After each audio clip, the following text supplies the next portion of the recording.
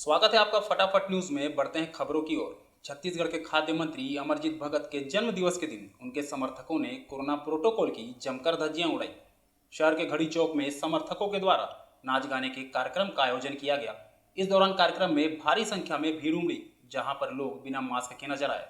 सरगुजा जिला मुख्यालय अंबिकापुर में मंत्री अमरजीत भगत के समर्थकों ने कोरोना प्रोटोकॉल की जमकर धज्जियां उड़ाई। मंत्री के समर्थकों ने घड़ी चौक पर कोरोना गाइडलाइन को ताक पर रखकर नाच गाने का कार्यक्रम आयोजित किया, जहां काफी संख्या में लोगों की भीड़ इकट्ठी हुई और कई लोगों ने मास्क नहीं लगाया था और सोशल डिस्टेंसिंग का भी पालन नहीं किया गया। दरअसल देश में फैले कोरोना महामारी को देखते हुए मंत्री अमरजीत भगत ने मंगलवार को अपना जन्मदिन सुबह पौधारोपण और जरूरतमंदों को सामान बांटकर मनाया, लेकिन शाम होते होते उनके समर्थक कोरोना प्रोटोकॉल भूल गए और घड़ी चौक पर मंच तैयार करवाकर गाने के लिए कलाकार भी बुलाए गए और फिर मंत्री के जन्मदिन का जश्न मनाया गया। इस दौरान इकट्ठी भीड़ में अधिकतर लोगों ने ना तो मास्क लगाया था और ना ही सोशल डिस्टेंसिंग का पालन हो रहा था।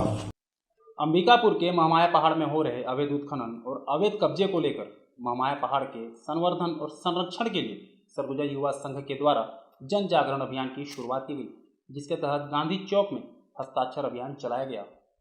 अभी हम गांधी चौक पे खड़े हैं और मैं आपको बता देना चाहूँगा कि मेरे हाथ में एक पर्ची है, उसे मैं पढ़ूंगा और आप इसे ज़रूर सुने, क्योंकि ये जो यहाँ कुछ लोग यहाँ बैठे हुए हैं उनके द्वारा ये एक अभियान चलाया जा रहा है और ये अपील कर रहे हैं। तो मैं आपको पढ़ के पहले सुना दे रहा हूँ कि इनका ये कहना है कि महामाया पहाड़ अंबिकापुर नगर वासियों के लिए एक प्रकृति धरोहर व आस्था का केंद्र है, किंतु विगत कुछ वर्षों से महामाया पहाड़ पर कब्जा करने की होड़ मची हुई है।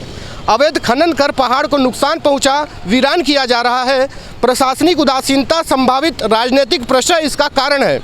इसके संवर्धन के नाम पर ऑक्सीजन पार्क नाम रखकर कुछ पक्के निर्माण कार्य कर देना पर्याप्त नहीं है।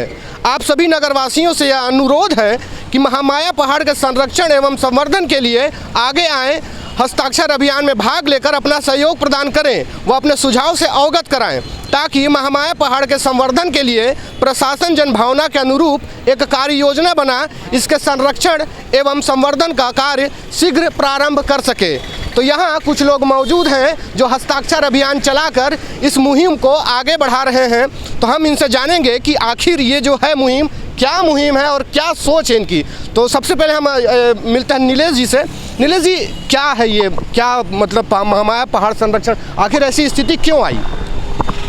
देखिए, पिछले कई वर्षों से नगर के लोग ये देख रहे हैं, नगर के कई वरिष्ठ लोगों ने इस दिशा में ध्यान आकर्षित भी कराया कि महामाया पहाड़ पर लगातार कब्जा हो रहा है।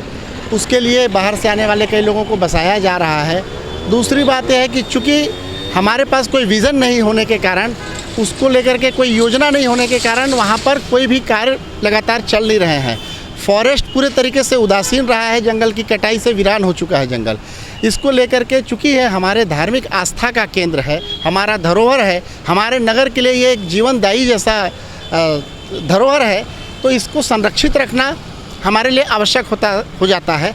इसको लेकर के हम युवा साथी जो हमारे नगर के गणमान्य, हमारे वरिष्ठ जन जो हैं, उनके मार्गदर्शन, उनके सहयोग, उनके सुझावों के अनुरूप हम लोग एक हस्ताक्षर अभियान चला रहे हैं, ताकि जन जन तक ये भावना, ये बात पहुँचे कि किस तरीके से हमारे लिए उपयोगी ये पहाड़ प्रशासनिक उदासीनता और राजनीतिक निष्क्रियता के कारण, और राजनीतिक जो सक्षम लोग हैं उनका कहीं ना कहीं उनको एक प्रश्रय जैसा भी दिखता है, उसके कारण ये कब्जा लगातार हो रहा है और हम लोग आंख बंद करके बैठे हुए हैं। कब्जा हो रहा है और ये इसको लेकर ये एक अभियान छेड़े हुए हैं। कुछ और लोग हैं हमारे साथ, उनसे जानते हैं। ये जो थोड़ा आगे आ जाइए आप, ये जो हस्ताक्षर अभियान चल रहा है कितने जगहों पे अभी तक हो चुका है और कैसे कैसे आगे की प्रक्रिया आप लोगों की इसको लेकर रहेगी? देखिए, सरगुजा युवा संघ के बैनर तले ये अभियान 13 तारीख से नगर के विभिन्न चौकों पर शुरुआत की गई और आज 23 तारीख है। आज 11वां दिन है हमारे अभियान का और ये 11वां चौक है। शहर के विभिन्न चौकों पर हम लोगों ने इस अभियान को चालू किया और जन समर्थन हमें बड़ी संख्या में मिल रहा है। हम लोग 3 से 4 1-1.5 घंटे का अभियान चलाते हैं, आज 4:30 हो गया है और पर्याप्त जन समर्थन मिल रहा है हमें, क्योंकि महामाया पहाड़ एक तो हमारी आस्था का केंद्र है और उस पहाड़ पे हम लोग लगातार देख रहे हैं कि पिछले कई वर्षों से वहाँ पर सुनियोजित तरीके से लोग कब्जा कर रहे हैं उस पहाड़ पे ऑक्सीजन पार्क अभी बनाया गया, लेकिन उसके भी संरक्षण का काम नहीं हो रहा है। आप वहाँ भी जाएंगे तो प्रशासनिक उदासीनता का शिकार हो गया है और ये पूरी तरह से राजनीतिक लोगों के प्रश्रय से ही हो रहा है। उसमें कुछ शहर के गणमान्य लोग हैं जिनके प्रश्रय से ये हो रहा है। तो हम लोग ये अभियान चला रहे हैं और इसके बाद हम लोग चौक के बाद विभिन्न वार्डों में जाकर इस अभियान को चलाएंगे और उसके बाद हम लोग प्रशासन को पूरी ये हस्ताक्षर सौंपेंगे कि भाई शहर के लोगों का ये समर्थन मिल रहा है, आप इस पे भाई कार्रवाई करें। किसी ये बोल रहे हैं आपकी कई वर्षों से इस पे हो रहा है कब्जा जो किया जा रहा है, कितने वर्षों से लगभग ये कब्जा की लगातार देखा जाए तो अभी 15 साल 20 साल से लगभग ये कब्जा है और अभी 2-2.5 साल में तो इस तरह बढ़ गया है और एक क्षेत्र विशेष के लोग ही और एक धर्म विशेष के लोग का कब्जा बुरी तरह है। समाचार आप लिख दें। सबसे दुर्भाग्य की बात है कि ये जो कोरोना काल है, कोरोना काल ने लोगों को ऑक्सीजन की कीमत बताई और ये प्रकृति जो हमें निःशुल्क ऑक्सीजन दे रही है, हम उसे ही संयोजित नहीं कर पा रहे हैं। दुर्भाग्य कि यहाँ के 15 से 20 सालों पे ये लगातार महामाया पहाड़ पे कब्जा होते जा रहा है और ये सामरिक दृष्टिकोण से भी, सुरक्षा के दृष्टिकोण से सबसे उपयोगी क्षेत्र है। वहाँ पे पुलिस की फायरिंग रेंज भी है, सब है, वहाँ पे अभ्यास भी कराया जाता है और ये राष्ट्रीय सुरक्षा से जुड़ा हुआ मुद्दा है जिस पे प्रशासन निष्क्रिय है। और दोनों दल हों, चाहे वो भाजपा हो चाहे कांग्रेस हो, दोनों ही दल इस मामले में चुप क्यों बैठे हुए हैं, ये भी समझ से परे है। और ये जो मुद्दा है, ये मुद्दा खाली एक शहर का नहीं है। पहाड़ एक राष्ट्रीय संपत्ति होती है और राष्ट्रीय संपत्ति को मैंने व्यक्तिगत तौर पे यहाँ के जिलाधीश का भी ध्यान आकृष्ट किया, नेताओं का भी ध्यान आकृष्ट किया, उसके मेरे पास प्रमाण हैं। उसके बाद भी उनका नकारापन ये है कि उस पर वो ध्यान नहीं दिए हैं और राष्ट्रीय राजमार्ग से लगे हुए क्षेत्र पे पहाड़ की जो तराई उसे दिन दहाड़े जेसीबी से समतल किया जा रहा है। और ये भी कयास है कि वहाँ पे रोहिंग्या के मुसलमान जो हैं वो बसते जा रहे हैं। और ये जो है राष्ट्रीय सुरक्षा का जो मुद्दा है, हम आप इसको सबको उठाना है। राष्ट्रीय सुरक्षा काल सलाहकार जो NSA डोभाल जी हैं, उन तक ये मुद्दा हम पहुंचाएंगे और जनहित याचिका लगाएंगे और जो नकारापन जो प्रशासन कर रहा है, इनको हम जगा के ही रहेंगे। तो काफ़ी अच्छा चीज़ इन्होंने बताया कि प्राकृतिक धरोहर है और उसे बचाना हम सबका कर्तव्य, चाहे वो किसी की भी गवर्नमेंट रहे, उससे फ़र्क नहीं पड़ता है, लेकिन जो प्राकृतिक धरोहर है, महामाया पहाड़ है, उसे बचाना ज़रूरी है। कैमरामैन संतोष के साथ अलंकार तिवारी, फटाफट। उदयपुर ब्लॉक में जंगली मशरूम खाने से 8 बच्चे सहित एक महिला गंभीर रूप से बीमार हो गई, जिसके बाद उन्हें 108 एम्बुलेंस की सहायता से सामुदायिक स्वास्थ्य केंद्र में उपचार के लिए ले जाया गया, जहां मरीजों की हालत खतरे से बाहर बताई जा रही है। सरगुजा के उदयपुर इलाके में जंगली खुखड़ी खाने से एक ही परिवार के 8 बच्चे समेत एक महिला बीमार हो गई। सभी को इलाज के लिए 108 वाहन से सामुदायिक स्वास्थ्य केंद्र उदयपुर ले जाया गया, जहां उपचार जारी है। सभी की हालत खतरे से बाहर बताई जा रही है। दरअसल मंगलवार को पलका सरनापारा निवासी 9 साल की गुंजा रानी अपनी बड़ी बहन रानी के साथ गांव के जंगल में खुखड़ी बीनने गई थी। दोनों ने जंगल खुखड़ी घर लाकर पकाया, फिर खाया। साथ में उनकी मां ने भी खुखड़ी का सेवन किया, जिसके बाद परिवार के बच्चे एक एक कर बेहोश होने लगे। पेट में दर्द की समस्या आने लगी। जंगली खुखड़ी खाने से पलका सरनापारा गांव के 2 परिवारों के कुल 8 बच्चों सहित एक महिला बीमार हो गई। बच्चों के पिता नन्हीराम जब घर लौटे तो उन्होंने 108 एम्बुलेंस को सूचना दी, जिसके बाद एम्बुलेंस के माध्यम से 2 बार में दोनों परिवार के बच्चों को उनके माता पिता को साथ लेकर उपचार के लिए सामुदायिक स्वास्थ्य केंद्र उदयपुर में भर्ती कराया गया, जहां डॉक्टर योगेंद्र पेकरा की निगरानी में बच्चों का उपचार जारी है। सभी बच्चे खतरे की स्थिति से बाहर हैं। डॉक्टर ने बताया कि जंगली खुखड़ी के खाने से सभी बच्चे व उनकी मां बीमार हुई हैं। फिलहाल सभी की हालत ठीक है। स्वास्थ्य में थोड़ा और सुधार होने के बाद सभी को डिस्चार्ज किया जाएगा। अखिल भारतीय विद्यार्थी परिषद के कार्यकर्ताओं के द्वारा परीक्षा की बढ़ी हुई फीस को लेकर सरगुजा यूनिवर्सिटी के सामने जमकर विरोध प्रदर्शन किया गया। वहीं प्रदर्शन के बाद छात्रों की मांगों को कार्य परिषद की बैठक में रखा गया, जिसके बाद यूनिवर्सिटी प्रबंधन ने छात्रों की बढ़ी हुई फीस को वापस करने का निर्णय लिया है।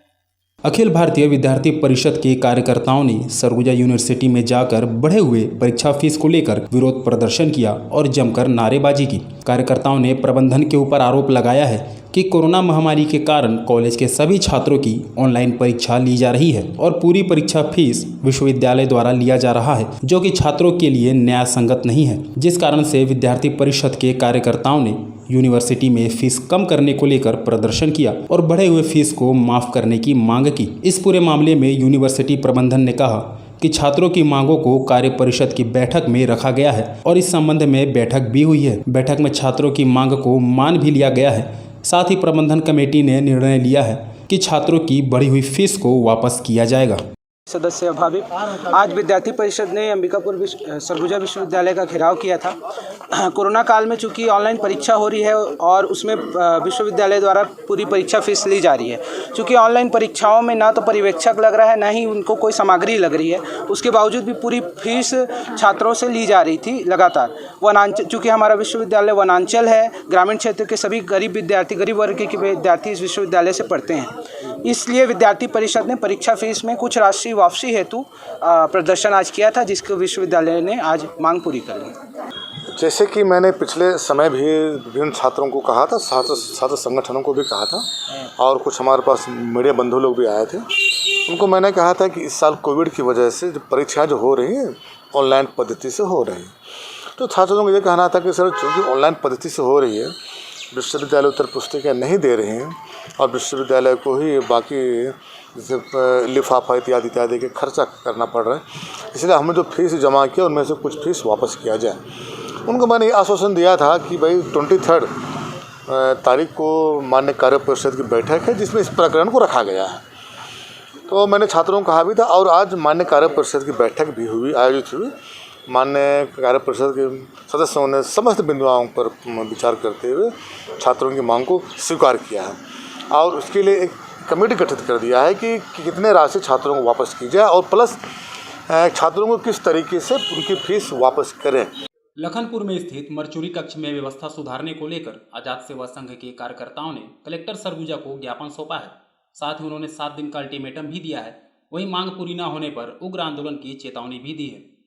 सरगुजा जिला अंतर्गत लखनपुर विकास खंड के सामुदायिक स्वास्थ्य केंद्र की बदतर स्थिति को लेकर स्थानीय युवकों ने इसे सुधरवाने का जिम्मा अब अपने हाथों में ले लिया है। स्वास्थ्य केंद्र अंतर्गत आने वाले जूनागढ़ ग्राम में बने मरचुरी कक्ष की दयनीय स्थिति से अवगत कराते हुए इन युवाओं ने कलेक्टर सरगुजा को ज्ञापन सौंपा है और बिजली पानी सहित अन्य परेशानियों को 7 दिवस के भीतर पूर्ण न होने पर उग्र आंदोलन की चेतावनी भी दी है। आजाद सेवा संघ के युवाओं द्वारा सौंपे गए आवेदन में इन्होंने मांग की है कि करीब 2 साल पहले बने लखनपुर सामुदायिक स्वास्थ्य केंद्र की मरचुरी में इसके निर्माण के बाद से ही बिजली और पानी की समस्या बनी हुई है, जिस कारण से यहां पोस्टमार्टम में डॉक्टरों सहित परिजनों को काफी परेशानी होती है। बिजली कनेक्शन न होने के कारण डॉक्टर शवों का परीक्षण मरचुरी कक्ष के बाहर ही करते हैं, जिससे स्थानीय वातावरण प्रदूषित होता है। बिजली कनेक्शन न होने के कारण पानी की समस्या भी लगातार बनी हुई है और इस कारण से भी शवों के परीक्षण में काफी कठिनाई आती है। आजाद सेवा संघ के कार्यकर्ताओं ने इन सभी समस्याओं को 7 दिवस के भीतर